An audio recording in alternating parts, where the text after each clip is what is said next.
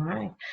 Good morning, everyone. Hello, welcome back to the Save Our Sanity series, the series for saving time and getting your shit done. Today we have a very, very special guest who is a super amazing expert in all things automation. We have Stephen Gordon with us from Email Marketing Superstars. Hi, Stephen. Hello, Lizzie. Thanks for inviting me along today. I really appreciate it. Oh, thanks for coming. I think I'm a little fangirl over here, so I'm really excited to see what you have to share with us. Do you want to start by telling us a bit about yourself, your background, and how you ended up being a superstar with emails and the automation and everything? Yeah, absolutely.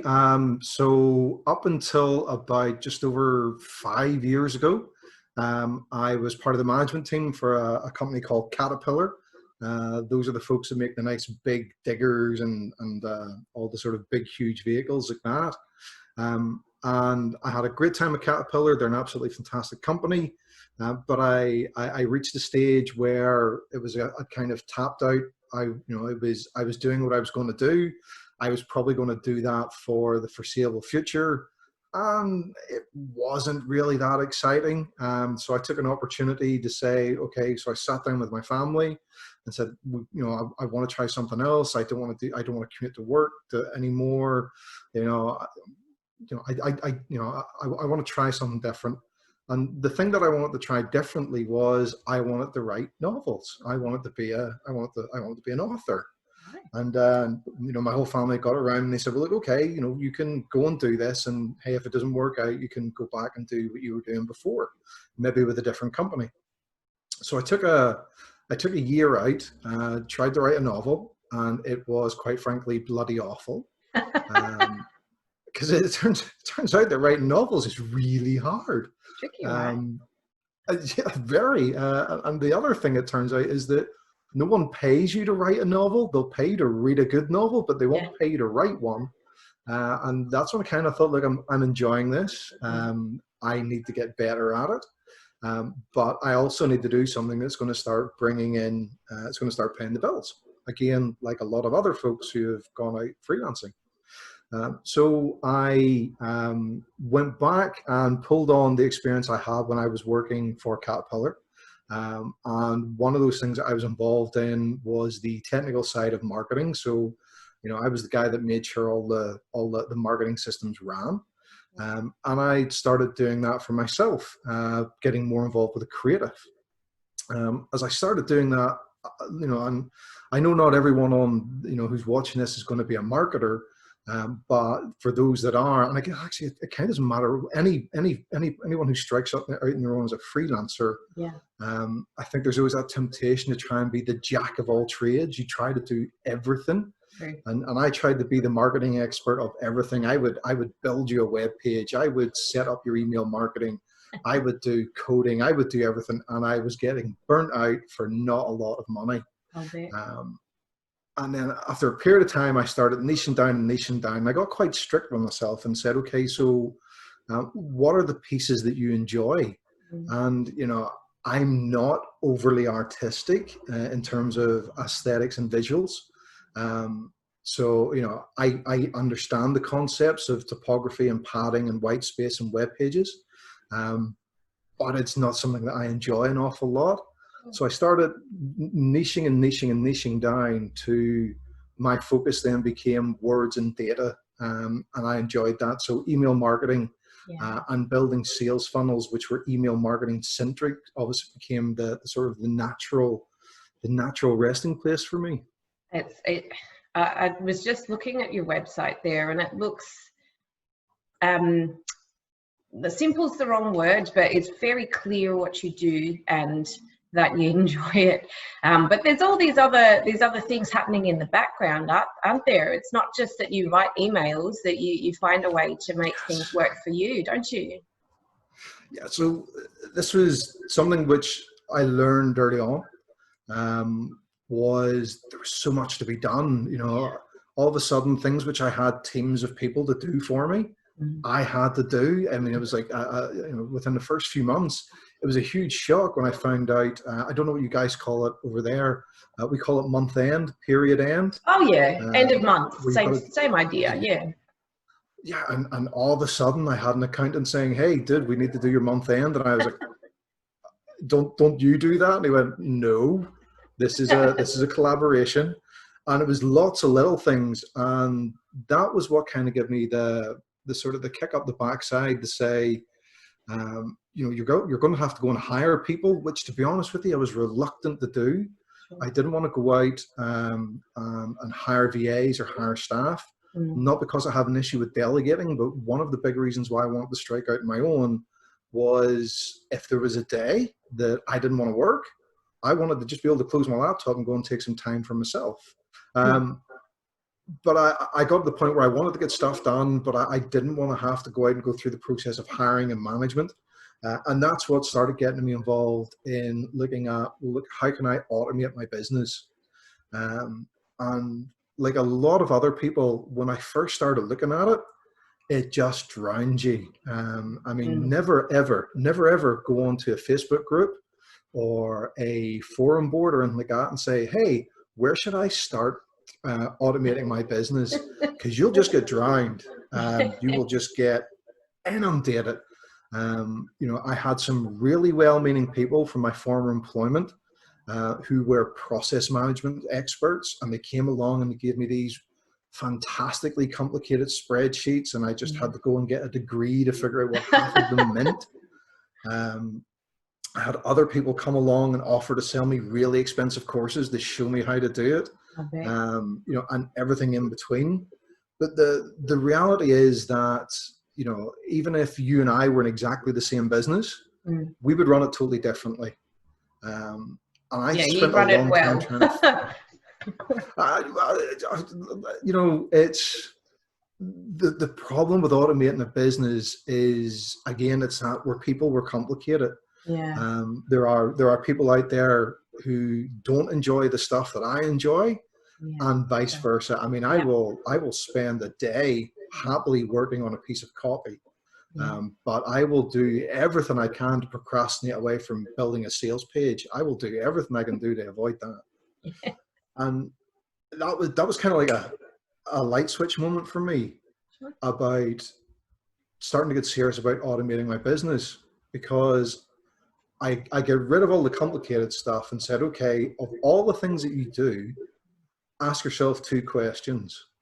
Does it have to be done? You know, so like my month ends have got to be done. Otherwise the tax man's going to fall out with me, and I'm never winning a fight against him, ever. So it was, does this task have to be done? Which is an interesting question on its own, but we'll talk about that later if we have time. The second question was, do I enjoy this task? And that was, honestly, that just lit me up like a Christmas tree, because it was, hey, you know, I have to do this. I've committed to doing this, but I don't enjoy it. But again, the sort of the unofficial third rule that I got in place was, what is the simplest way to solve this problem? So my problem was I was just getting killed for reporting, and you know, I can almost hear some of the people that are watching this right now screaming the answer, going, "Come on, dude, it's obvious." And the answer was that I was able to take everything and funnel it towards Google Analytics. So it wasn't a case of needing to build anything.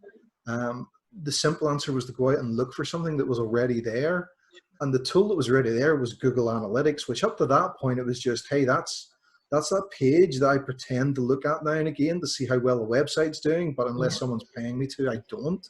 Right. And then I fell heavy into Google Analytics, found out all the customization options, how to link other things into it, especially email marketing results. So I was able to start funneling open rates, click rates, click-through rates, conversions. I was able to start plugging all that in and configuring Google Analytics with specific dashboards and views. Wow. Which initially I got quite excited, because I was then sitting down on a Friday and going, hey, I've automated my reporting, but I was still sending out an email saying, hey, your weekly report is here. So you're about halfway along the automation journey at that point. Yes. And it was like, okay, so I'm almost there. And I was quite happy with that for a few months. And then, you know, Google gets a bad reputation sometimes, you know, and everyone mocks their original, their original mantra of "Don't be evil." But then 6 months later, Google released the ability to schedule emails Right. of Oh, yeah. reports, Yeah. and you can build them inside Google Analytics, which I did. You know, for 30, 40 clients, it was just, hey, every Friday it started jetting them off. And then this was the one that I loved the most. I had 3 clients specifically who, even after I'd got the automated reports set up and they were crystal clear, I'd work with everyone to say, hey, what views do you need? They would still come back and say, I want this, I need to know this, I need to know this sooner. So I just scheduled it so they got daily reports from Google. It was amazing.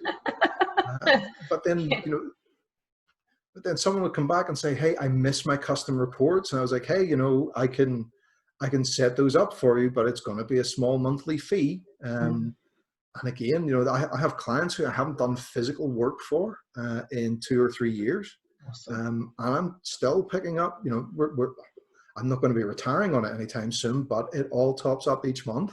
For sure. And all that's happening is that the custom Google Analytics dashboard that I built for them, Google's emailing them that report once a week, and it just makes my life easier.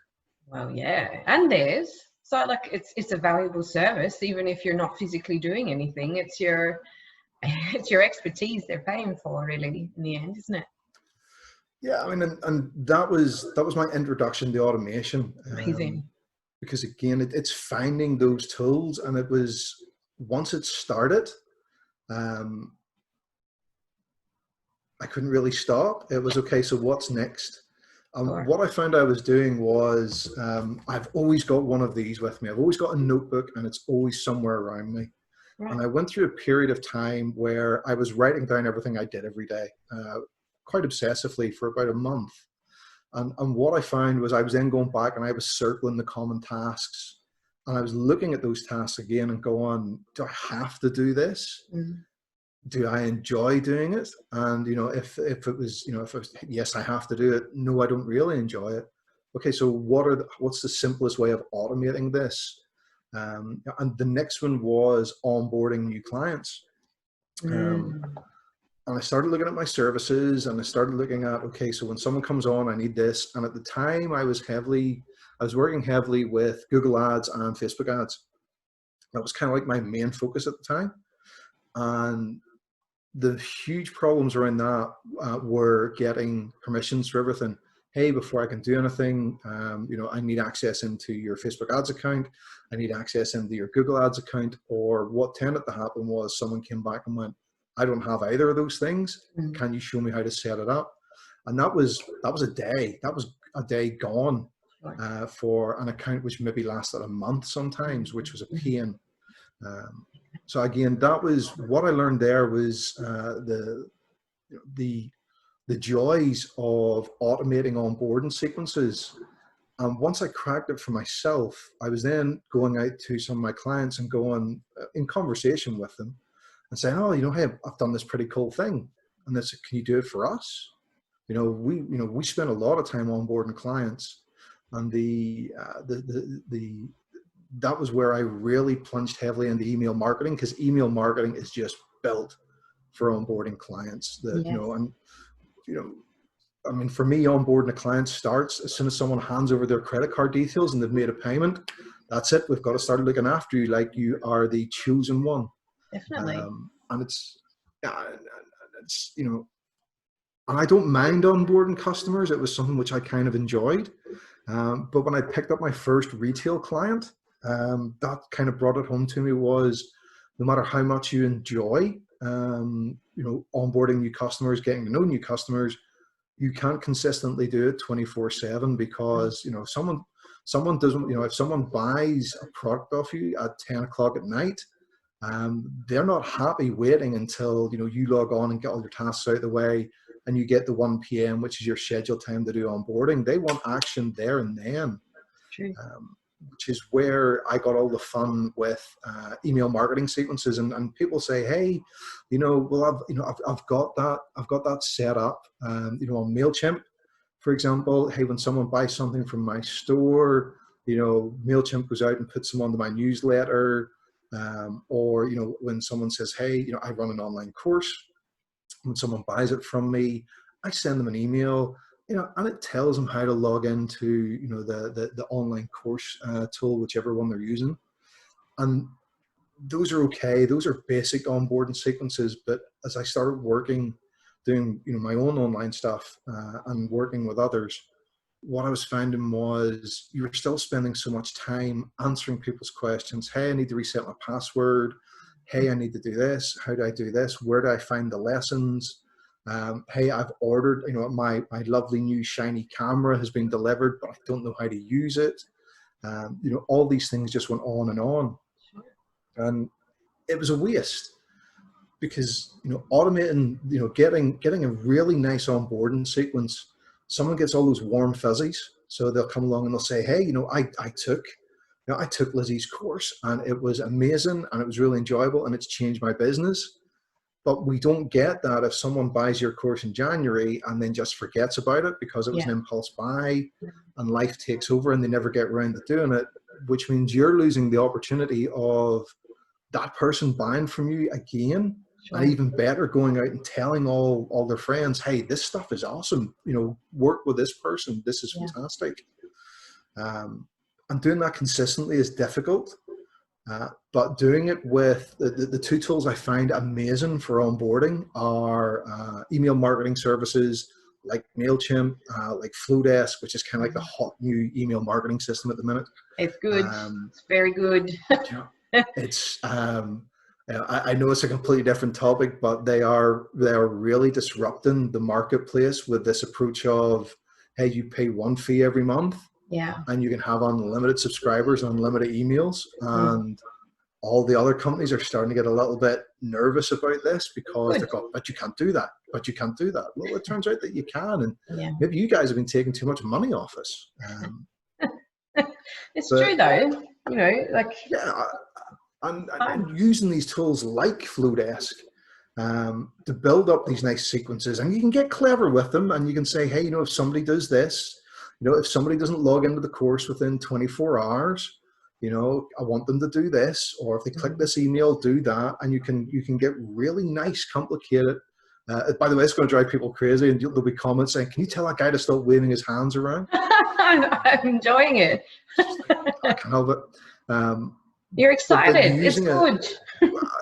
I mean, it's the reason why I get excited about this stuff is it takes a bit of time to set up, a nice onboarding sequence. So hey, someone joins a new course and they get the welcome and they get the video welcome that says, hi, thanks for coming onto the course.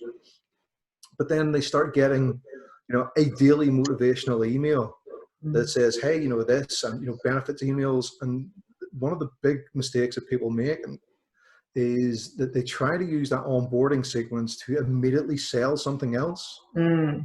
Whereas the huge benefit, because this is the joyful thing about automation, there's no time limit. It's, you can relax, you can nurture someone through and validate their purchase, and help them explore everything and realize all the benefits of that purchase, and then gently nudge them into, hey, here's some affiliate options I think you might like.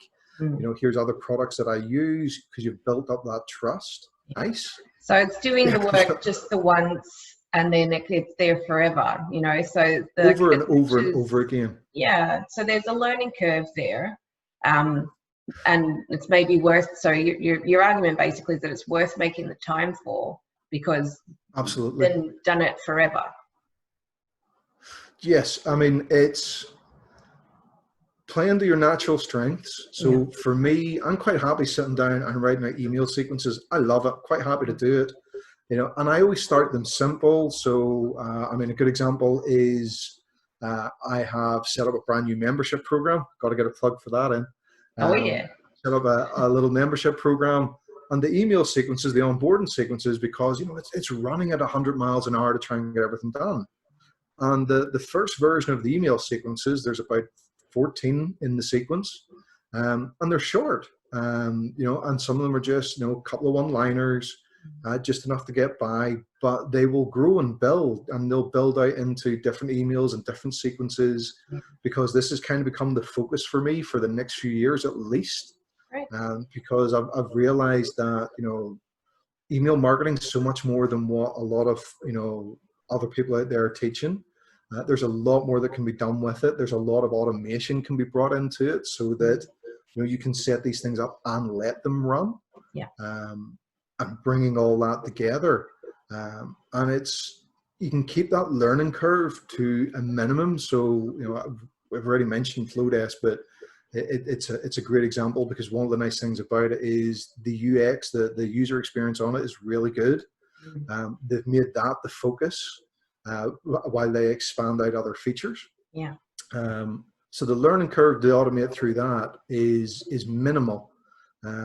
And then letting your preferences. So again, because I'm words and data, one of the other automation tools that I love using are chatbots. I love intelligent chatbots. I'll quite happily build those things like crazy, and they are amazing for pre-sales and post-sales. And again, I have, you know, I get reports, again, automated. The bots will come back and tell me, hey, someone's asked me a question I don't understand. Can you educate me on the answer? And that is saves so you worth responding doing. to a lot of emails that have like similar themes then, in theory. Yes. Because again, you know your business, and the people watching this know their business. Yeah. And there's some great stuff that I've heard that everyone says every business always boils down to 10 questions. You will get asked the same 10 questions, but just in a different way. And I mocked this for quite a long time until I started doing my own things. And I was able to give it a thought and go, my goodness, they were right. There's like 10 questions. You know, I worked heavily with the beauty industry for quite a few years. And, you know, and it was the same 10 questions. You know, it was, hey, can I cancel? What time are you open? How much does it cost? You know, it was the same 10 questions. And this was across different niches inside the beauty industry. Right. So yeah, it always boils down to 10 questions. So chatbots are the way of the future. It's definitely something I've looked at, but then again, when, oh, I'm going to have to learn this. I don't have, it's more than an afternoon's worth of work. I'll do that later. So knuckle down, get on with it is basically the point. Yeah, it's again, the other sort of golden rule with automation is, you know, start with the things that have to be done, Yes. that you don't enjoy doing, and start small. I mean, yes, there are some really nice tools out there that, so for example, if someone goes to my website and they want to, you know, book my services directly, which I do less of these days because I focus more on building out the course, building out the membership program. They will go, I use a tool called Book Like a Boss. They'll book that, and then Book Like a Boss will go and contact, I've told it to go and contact Flowdesk and send out an email that asks a bunch of questions.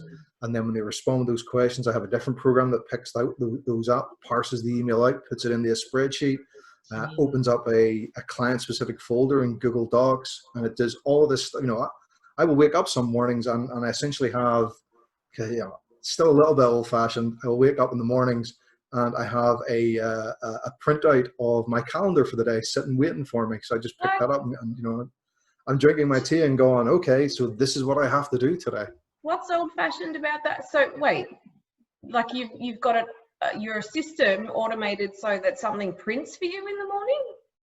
Oh yeah, because as wonderful as these devices are, whenever I was living just on this, I was missing appointments all day long, and it was embarrassing and it was frustrating for clients. And again, it was one of those things, you know, I have to have meetings, but I hate missing them. I find it quite stressful, and I found I was checking my phone all the time, and it was distracting for me and for those around me.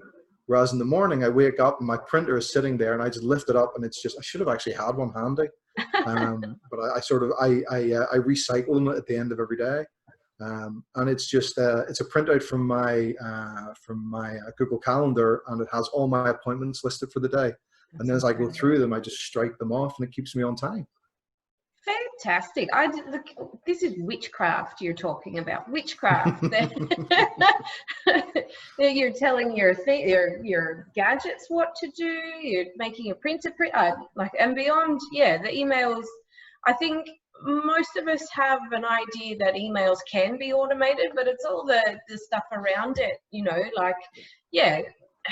Getting your clients to where they need to be, and getting yourself, like making appointments, all of it. It's an overwhelming task, and it sounds like it can be simple if you let it.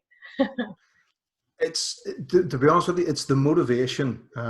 Again, the two things that kind of everyone struggles with initially is I don't know where to start, because, you say automation and people go, it's going to be complicated and I'm not going to like it.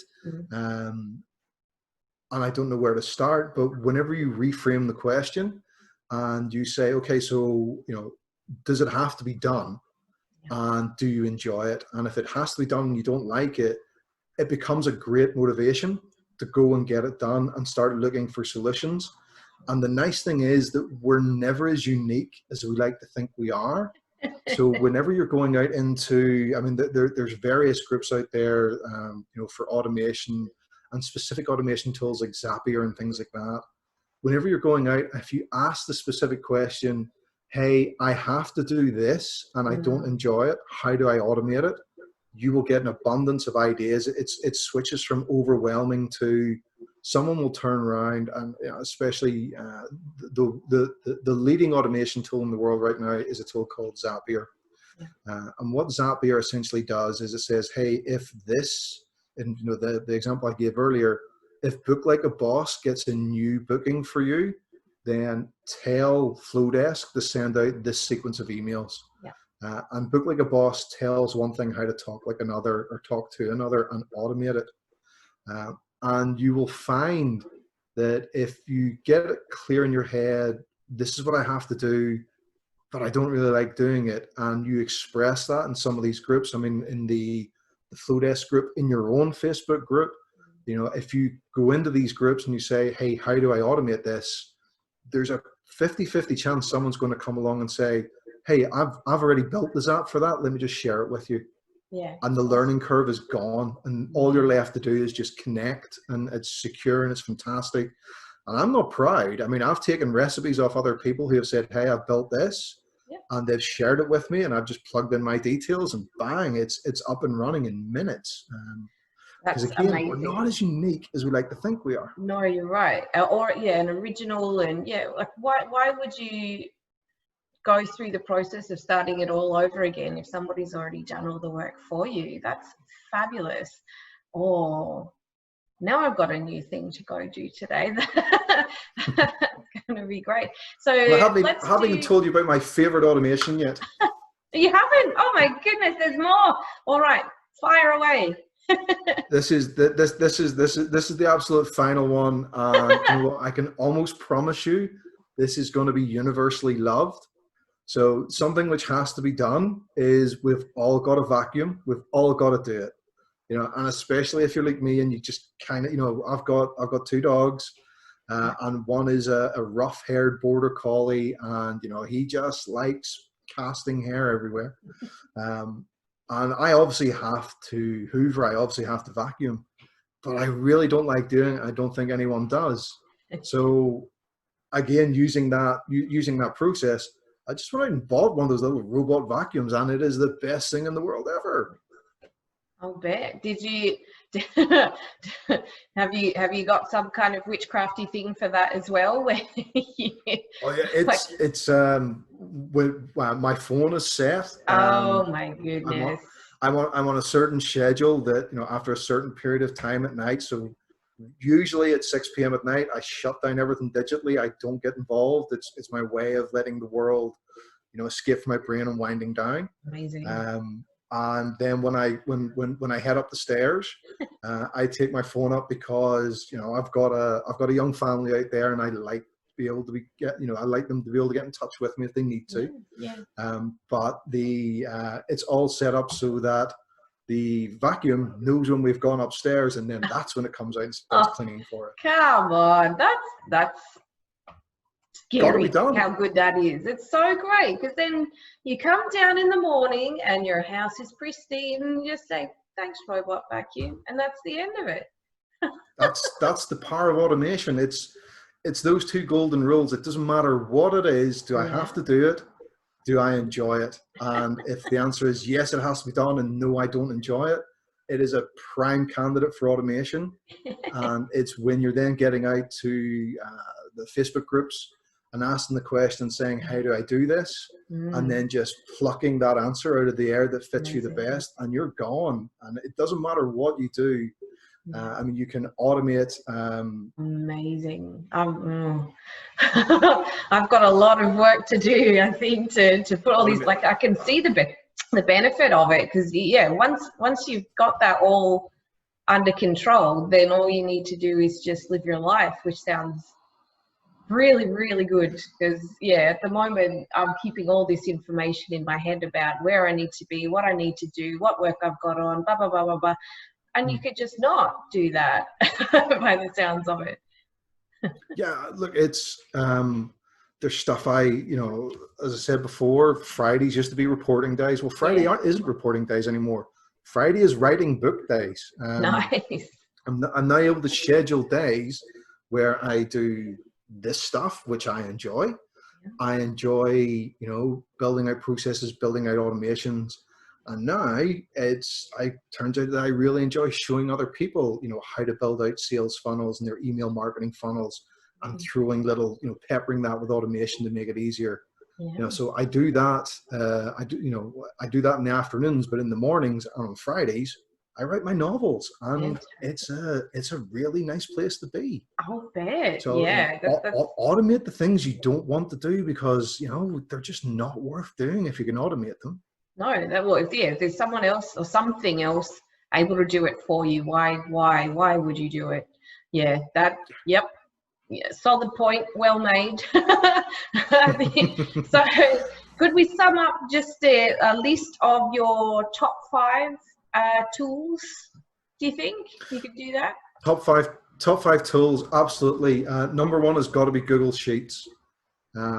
As you start exploring the world of automation, everything comes back to Google Sheets, because it's not the most sophisticated way to solve a problem sometimes, but it works. I just have hundreds of Google Sheets just running my business. If those things ever break, if Google ever says, hey, we're not going to have Google Sheets anymore, me and a lot of other automators have some serious thinking to do. So definitely Google Sheets is right up there, number 1. Number 2, it's got to be Flowdesk. Flowdesk is my email marketing tool of choice at the moment. I'm finding that when I do take client work on, my focus tends to be on creatives and freelancers and entrepreneurs. Folks who, I'm at that nice place at the moment where I can pick and choose who I work with, and it tends to be, that sounds pretty cool, I'd like to work with you. And sometimes it's a nightmare, but it's always interesting. So Flowdesk is it's a really nice email marketing tool. It's not as powerful yet as some of the others, but to be honest with you, a lot of that power out there, people will come along and say, hey, I need to tag this, and I need advanced conditional statements and all these other things, and they don't. You just don't need it. It's easier to step away from that. So Flowdesk is amazing at the minute. The third one I recommend is Zapier is the king of all automation tools. It's nice at the moment. There are some new tools coming out. India has turned into, has been for a while, but it's really come to the forefront now. India is this real hotbed of software and SaaS service development. And they're bringing out some tools which are challenging things which have been entrenched for so long. So Zapier has been the automation tool for so long. There's recently been 2 new tools, Pabbly and Integrately, which is unfortunately named. Yeah. Those have just released. Yes, it's just like, goodness, guys, I like Pabbly, but Integrately, it doesn't roll off the tongue. Really, no, it doesn't. They're two newcomers who are taking a slightly different approach to Zapier, but one of the unique selling proposition from both is they are significantly cheaper, and I mean a lot cheaper. So tools like Zapier, Pabbly, Integromat is kind of one of the other solid automation tools. What I recommend is picking one. Zapier is a good place to start. There's lots of documentation, and then you can grow out from there. Gotcha. So that's Google Sheets, Flowdesk, Zapier. What else can't I live without? Oh, yes. Any mind mapping tool that you are comfortable with. So one of the next states when someone says, hey, I have had enough. I know I have to do this, but I don't want to do it. A beautiful way to make that transition from having to do it to automation so much simpler is just to map out each of the stages. Gotcha. And again, doesn't matter the mind map tool. I use a tool called Market Plan.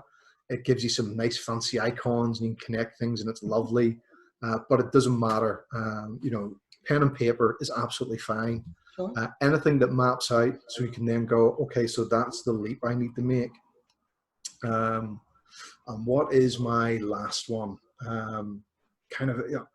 Spoiled for choice. It's like saying, hey, what's your top 5 favorite movies? Oh, no, you're killing me here. That's true. I guess another. Oh, actually, yeah. I can't not.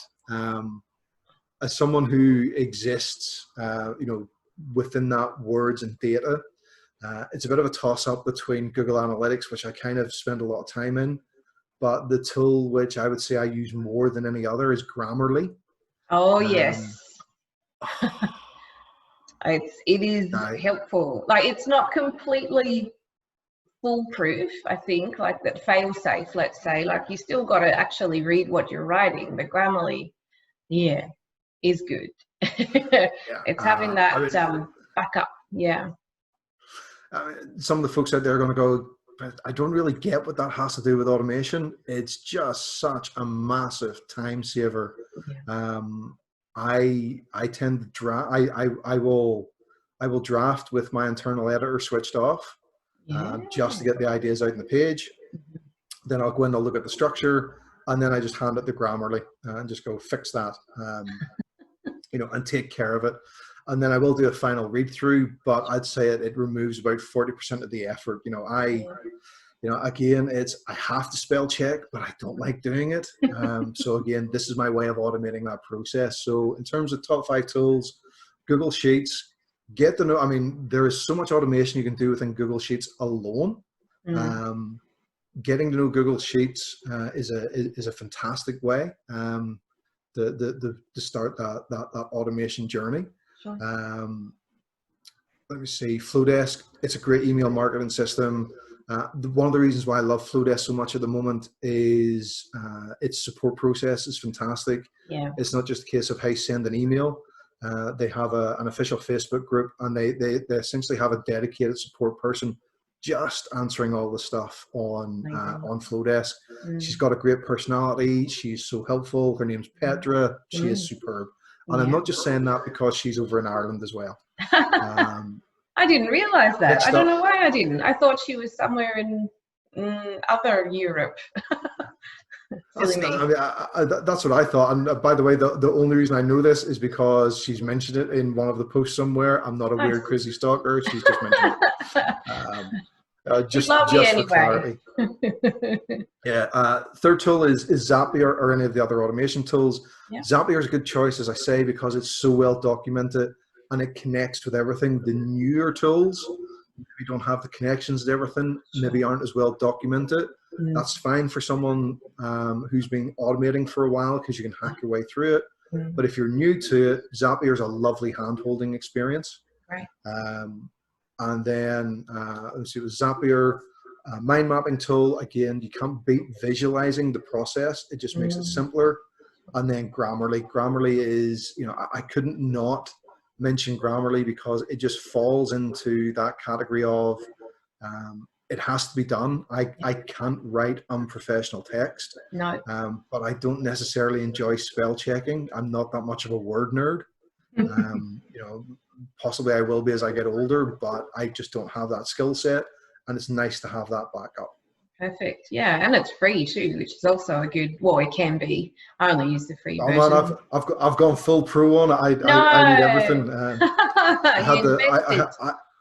I had to invest, and the plagiarism checker on it has saved my butt so many times. Really? Because yeah, I mean, I've just been writing a piece of text, and we sometimes don't appreciate what we're picking up as we're reading other things. Especially if I've got a new topic to read on and I've done a lot of research. And I have seen me unconsciously, well, two things have happened. I've seen me unconsciously copy entire paragraphs as a reference and then forgotten to take them out, but Grammarly has saved me. And the other place it has saved me is whenever, and I don't do this anymore, if I had music with lyrics in the background, the lyrics made their way on the text.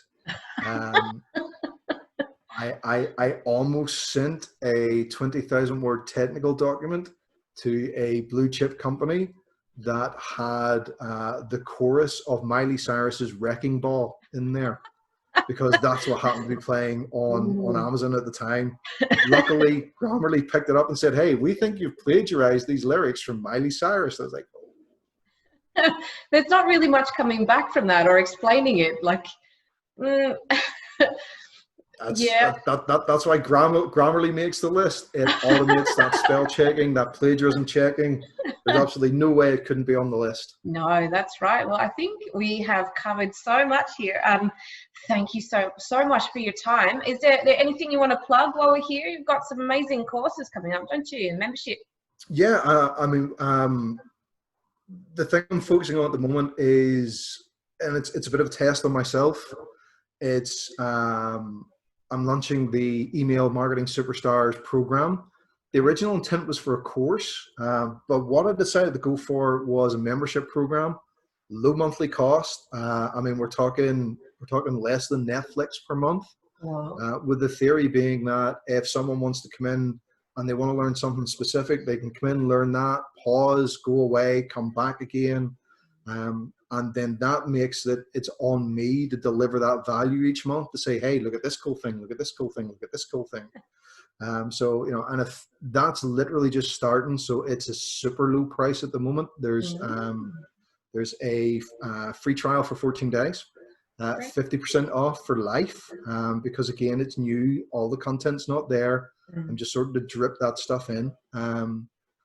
And if you just come to Email Marketing Superstars, by the time this goes out, it's going to be it's going to be the front and center on the website about coming into the program, because that's where I'm focusing all my time. Smashing. Well, we'll all be heading there to figure out how to make our lives easier, because everybody wants easier lives and nobody wants to be working round the clock. I think, anyway. I don't. I've got a million things else to do. So thank you so much, Stephen, for your time today. We really appreciate it. We can't wait to see what comes next for Stephen Gordon and Email Marketing Superstars. Lizzie, thank you very much. Bye. No worries. Bye.